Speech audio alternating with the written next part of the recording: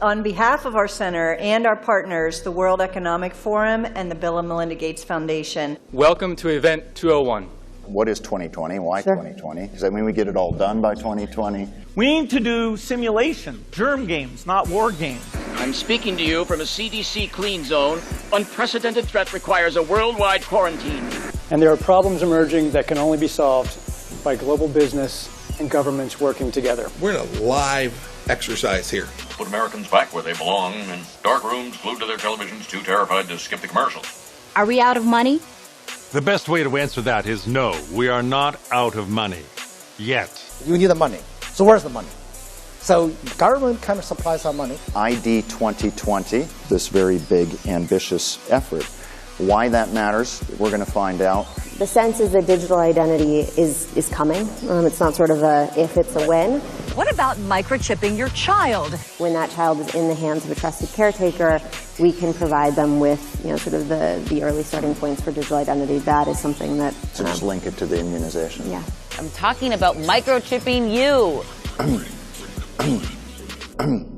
But in order to make it work, there's some good old-fashioned coalition building and lots of other things that need to come together. I think we should go with a good old-fashioned public health scare. Yeah. A new disease. No one's immune. It's like the summer of the shark, except instead of a shark, it's an epidemic. And instead of summer, it's all the time. We've got cell phones to get information from the public and get information out to them. We have satellite maps where we can see where people are and where they're moving. And then we need to pair those medical people with the military. We need to do simulation, germ games, not war games. So we can have tools, but those tools need to be put into an overall global health system. Well, we work with influencers because we think that people trust their influencers more than they trust many other sources, including news sources, including governments, including ministries of health, and including their own families. So we're trying to tap into the people who have hundreds of thousands or millions of followers and trying to get them to spread the word. I'd say get the Smith Corona clipper. That will be as satisfying a typing experience as you will ever have. The U.S. government has lost its credibility, so it's borrowing some of mine. This is Tom Hanks saying, if you see me in person, please leave me be. Turns out he's as good a typewriter salesman as he is an actor. I bought it. I share the concern about how to maintain sustained interest, let alone a sense of urgency. The internet and social media and the fact that there are fewer gatekeepers and that fewer institutions can play a gatekeeping function.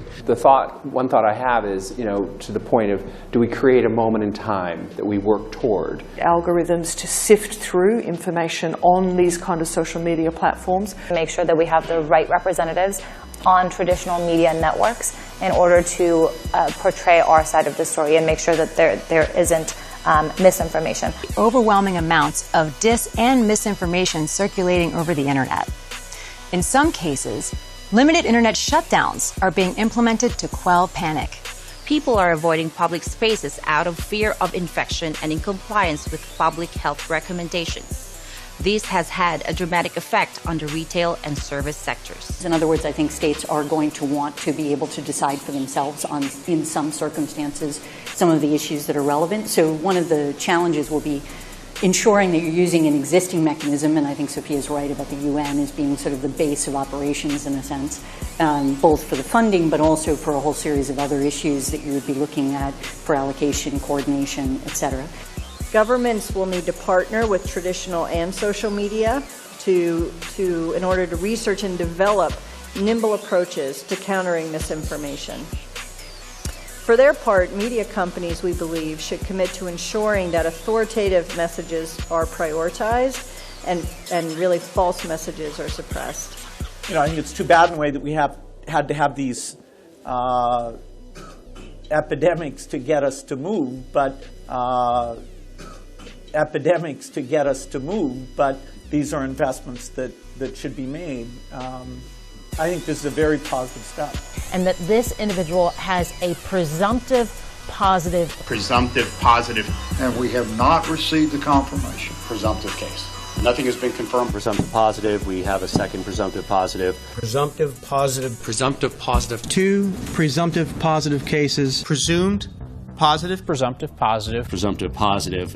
We received confirmation of 2 presumed and I emphasize the word presumed, positive cases. We are acting on all presumptive positive cases as if they were confirmed. We are acting. Now I'm saying presumed positive for a reason, and so we're presuming positive.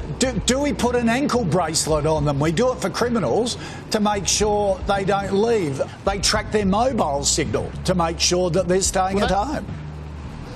That's an option that we are looking at. I've already had preliminary discussions about monitoring people's mobile phones, and if they don't, we've now got obviously the Crime Stoppers network to have individuals be reported. The Israeli government is using a controversial cell phone tracking tool. It will be used on Israel's civilian population to track coronavirus patients and see who they've been near.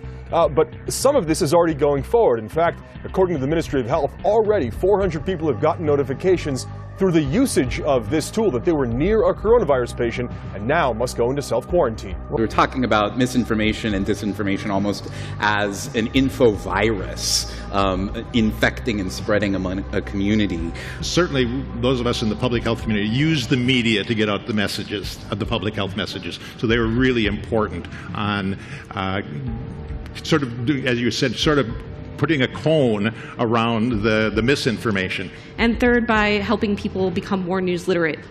We've seen that it seems to act almost as an inoculation, helping people resist misinformation better. Yeah. Now, as health officials scramble to prevent the spread, they're warning about what they call an infodemic, confusing information spreading faster than the virus itself. From epidemic to infodemic. That's right, Ken. You know, this is a huge task that the World Health Organization is taking on to basically cleanse the internet. Infodemic, he said the WHO has been fighting everything from false posts that blame bat soup for the spread of the virus to overly alarming and factually incorrect YouTube videos. Dangerous outbreak that some are calling an infodemic. He said Silicon Valley has been very receptive. We can't do it alone. We do need them. We have the credible content and they have the reach. And together we can actually fight this infodemic. While navigating what the World Health Organization refers to as an infodemic in the midst of the global spread of the novel coronavirus, we must all turn to facts first. And put in place processes to allow us to take this information down very quickly. Americans are facing a new normal, one that may include losing their jobs, losing their income, and even losing their health insurance. This is an extraordinary time where we have to accept a new normal. The new normal. This is our new normal, I guess. Coming to terms with their new normal. Certainly a new normal. And I think what you're going to see is a new normal. Adapt to this new normal. As we wake up to a new normal today and life is slowly grinding to a halt. Getting used to the new normal. Getting ready for the next new normal. Now we can see a new world coming into view. One of the ways it will drive the change is through global governance and global agreements. A new world order about a defining moment in history. Novus Order Seclorum, a new order for the centuries, for the ages, forever. The kind of global governance that is necessary is to actually create a new world order, because the global order is changing again. When we are successful, and we will be, we have a real chance at this new world order, an order in which a credible United Nations can use its peacekeeping role to fulfill the promise and vision of the UN's founders. Playing roles, taking the work that all of us have been doing and are promising to be taking it, I think, well beyond the next 25 years. You have to act your way into a new way of thinking. We can't continue to fund things this way and expect that we create a solution that is more useful for individuals. How do we enable, sort of the greatest profits or the greatest control? A lot of the steps are sitting there ready. The factory piece, understanding the regulatory piece, and you just have to plug in some information, do some quick safety profiles, and then you can get into manufacturing quite rapidly. And, very similar, some straightforward, some not so straightforward tactics. They're buying it. They're buying it. So that'll collect all citizens into this one database. A financial ID of every citizen. Whether we can assign that at birth, we don't know, but we'd like to do that. This, I'm told, is the word crisis in Chinese. I've also been told that the characters individually represent danger and opportunity. And there is increasing urgency at many levels to address this crisis quickly and by harnessing the power of information technology to address it digitally. The beginning of a digital identity system where consumers can assert their identity by relying on their bank. And so over time, we expect government agencies will join. Needs to trust the institution who issues that identity. I think today, probably not. You know, if things get worse in the future, maybe. You know, I mean, maybe something will happen that causes driving a new identity where you can get a mass consumer market and then get a standard which is really widely adopted. I think there may be a government use case that could drive some adoption. Why that matters, we're going to find out. The sense is that digital identity is coming. It's not sort of a if, it's a when.